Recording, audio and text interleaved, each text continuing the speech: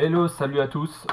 Nouvelle petite vidéo pour vous expliquer aujourd'hui une notion facile et super importante qui est la masse molaire. Alors évidemment, le but de cette vidéo, ça sera de savoir ce que c'est et évidemment aussi de les manipuler, mais vous verrez que normalement, cette notion ne devrait pas vous poser trop de problèmes. Alors évidemment, elle s'adosse à la notion de mol qu'on a vu dans une vidéo précédente. Et je vais m'appuyer sur un exemple donné pour vous expliquer ce qu'est la masse molaire. C'est par exemple cet échantillon que je suis en train de vous montrer là. C'est un paquet qui, on va dire, représente une mole d'entité de calcite. Et vous voyez que la formule chimique de la calcite, je vous l'ai donnée. Donc Ca c'est l'élément calcium, C c'est le carbone, O c'est oxygène. Vous vous souvenez que quand il y a une majuscule suivie d'une minuscule, en fait, c'est un même élément chimique. Donc voilà. Alors on a une mole d'entité de calcite. Cette mole d'entité de carbonate de calcium, c'est aussi comme ça qu'on peut appeler la calcite, on va la mettre sur une balance. Ok?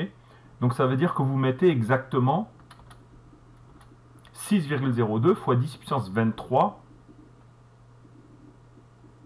entités de CaCO3 sur la balance. Puisque une mole, c'est 6,02 fois 10 puissance 23 entités. Et en mettant ces 600 000 milliards de milliards d'entités de carbonate de calcium sur une balance, la balance nous indique 100,1 grammes. Ce qui veut donc dire qu'une mole de carbonate de calcium pèse 100,1 grammes. Et du coup, c'est ça qu'on a décidé d'appeler la masse molaire.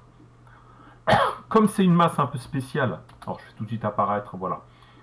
Comme c'est une masse un peu spéciale, on va la noter grand M au lieu de petit m, qui est en général utilisé pour désigner les masses. Et son unité, on ne va pas juste mettre gramme, mais pour expliquer que c'est la masse d'une mole, on va écrire gramme par mole. Et donc, vous voyez la notation qui a sur fond jaune que j'ai marqué ici.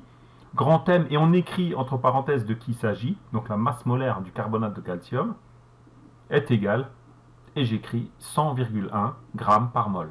Ce qui veut donc dire qu'une mole de carbonate de calcium pèse 100,1 grammes. C'est facile. Okay, c'est un peu l'équivalent de prix au kilogramme. Je ne sais pas, les oranges au marché coûtent 3 euros le kilogramme. 3 euros par kilogramme. Qu'est-ce que ça veut dire? Ça veut dire que si vous achetez 1 kilogramme, vous dépensez 3 euros. Bon, j'ai aucune idée de si ça coûte réellement comme ça. J'ai dit ça au hasard. Alors du coup, ça va être important, c'est comment est-ce que vous, concrètement, vous allez retrouver les valeurs des masses molaires par les calculs. Alors, ce qu'il va falloir comprendre, c'est que ce qui est important, c'est la formule chimique. Ce qu'on appelle la formule brute. Dans une formule brute, vous avez les différents éléments chimiques qui constituent l'édifice qui sont donnés dans l'ordre de l'alphabet. Okay, donc on a d'abord le calcium, puis le carbone, puis l'oxygène. Et ensuite, en indice, en petit, vous avez le nombre d'atomes qui constituent l'édifice. Donc par exemple, le 3, en fait le 3 s'applique uniquement à O. Ça veut dire qu'il y a 3 atomes d'oxygène dans l'édifice. Quand il y a un 1, évidemment, ça veut dire qu'il n'y a qu'un atome. Alors vous voyez que de base, les 1 ne figuraient pas. C'est-à-dire, il y avait marqué CaCO3. Mais c'est sous-entendu, c'est-à-dire que les 1, comme on n'avait pas envie, comme on trouvait ça lourd à chaque fois d'écrire les 1, en fait, on a décidé par convention que quand on mettait rien, c'est sous-entendu qu'il y a un 1. Ok? Donc, quand il y a écrit CaCO3, en fait, vous devez comprendre Ca1, C1O3. Ok. Donc, un édifice de carbonate de calcium contient un atome de calcium, un atome de carbone et 3 atomes d'oxygène. Maintenant, si vous prenez une mole de carbonate de calcium, ça veut dire, après c'est la pure proportionnalité, ça veut dire que vous prenez du coup 3 moles d'atomes de calcium, 3 moles d'atomes de carbone, pardon, j'ai dit 3, une mole d'atomes de calcium, une mole d'atomes de carbone et 3 moles d'oxygène, puisqu'il y a une proportionnalité.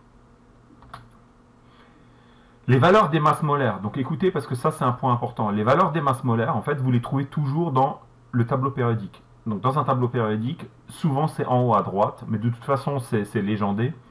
vous trouvez toujours dans une case la valeur de la masse molaire. Donc si par exemple vous avez à faire des calculs et les masses molaires ne sont pas données, bah, vous les trouvez dans n'importe quel tableau périodique sur Internet ou dans vos livres. Ok? Mais en général, évidemment, les masses molaires sont données dans les copies, dans les exercices, dans les énoncés. Je vous dis ça au cas où. Nous, par convention, on va plutôt, parce que c'est habituel dans les exercices de chimie, arrondir les masses molaires à un chiffre après la virgule. Parfois, dans certains exercices, ils prennent 2. Ok? Donc, au lieu d'écrire, nous, là, dans l'exemple qui vient, 40,078, on va plutôt écrire 40,1. Alors, comment ça marche? Comment rédiger correctement? Si on veut répondre à la question, quelle est la masse molaire du carbonate de calcium? Vous allez voir, c'est super simple. Vous écrivez masse molaire et vous mettez la formule du carbonate de calcium. Et là, on donne l'expression littérale, c'est tout bête. Ça veut dire que c'est une fois la masse molaire du calcium. Pourquoi 1? Bah parce qu'il y avait un 1 associé à l'élément calcium. Plus une fois la masse molaire du carbone. Pourquoi le 1 bleu? Bah parce qu'il y avait un 1 bleu dans la formule brute du carbonate de calcium. Plus 3 fois la masse molaire de l'oxygène. Car, évidemment, vous l'avez compris, le 3 vient du petit 3 qu'il y avait tout en bas en indice à côté de l'oxygène. Cette formule, c'est important de la donner en toutes lettres, car si vous ne la mettez pas, vous risquez de perdre des points. Et c'est uniquement après avoir donné cette formule d'un point de vue littéral que vous allez pouvoir passer à l'application numérique, où là, on va remplacer les masses molaires par les valeurs correspondantes. Arrondi donc, comme j'ai dit, au dixième de gramme. Donc 40,1 g par mol pour le calcium, 12,0 g par mol pour le carbone et 16,0 g par mol pour l'oxygène. Et du coup, si on fait le calcul, eh ben, on obtient quelque chose qu'on va toujours arrondir à un chiffre après la virgule. On obtient 100,1 g par mol. Et là, le tour est joué.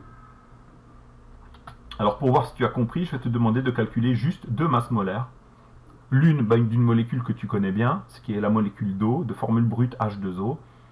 Et une que tu connais peut-être moins, c'est celle d'un précipité bleu, qu'on appelle l'hydroxyde de cuivre, et de formule CuOH2. Attention, le 2 s'applique à toute la parenthèse. Je te laisse essayer de calculer les masses molaires en te servant de valeurs de masse molaire que tu trouveras dans un tableau périodique. Tu mets la vidéo sur pause et ensuite tu regardes si tu as réussi. Ok, c'est parti pour le corriger. Alors, premier exemple, donc c'est la molécule d'eau. Donc là, c'est simple, je vais suivre le modèle de rédaction que j'ai détaillé tout à l'heure. On écrit masse molaire et on met la formule brute.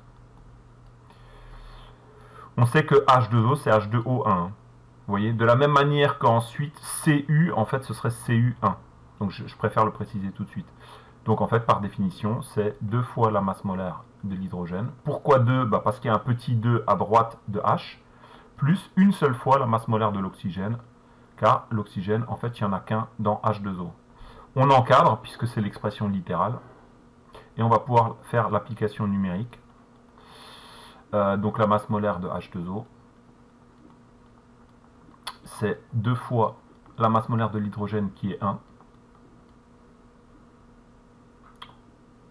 plus une fois la masse molaire de l'oxygène qui est 16,0.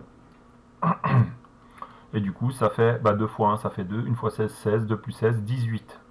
Et comme je vous l'ai dit, on écrit toujours un chiffre après la virgule. Donc 18,0 grammes par mol. Et là, on a donc réussi à trouver la masse molaire de la molécule d'eau. Qu'est-ce que ça veut dire? Ça veut dire que si vous prenez 6,02 fois 10 puissance 23 molécules d'eau, donc une mole, vous les mettez sur une balance, vous obtiendrez exactement 18 grammes. Voilà ce que ça veut dire. On va s'occuper de l'autre bestiau qui est un tout petit peu plus compliqué. Donc la masse molaire de CuOH2. Donc là, ce qu'il faudra comprendre, et je l'ai un peu souligné tout à l'heure, c'est que le 2, en fait, il s'applique à OH.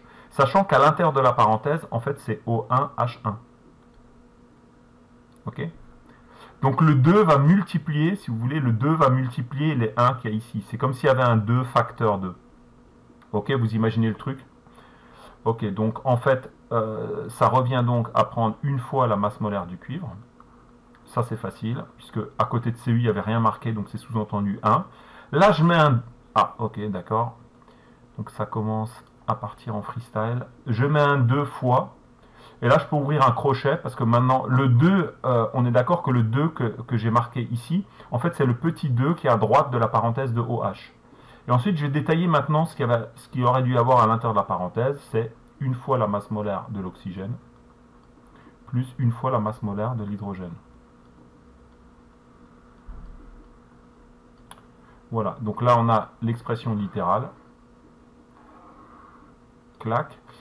Et du coup, on va pouvoir passer à l'application numérique. Donc la masse molaire de l'hydroxyde de cuivre est égale à une fois, il me semble que c'est 63,5. Si c'est pas ça, c'est horrible.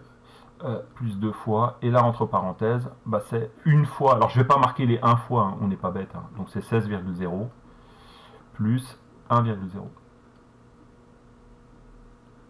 Tac. Ok. Et puis là, je pourrais tenter de le faire de tête.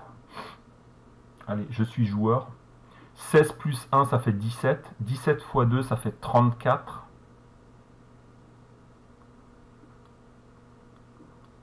Si je me trompe, c'est la honte. Hein. Je vérifie quand même. Hein.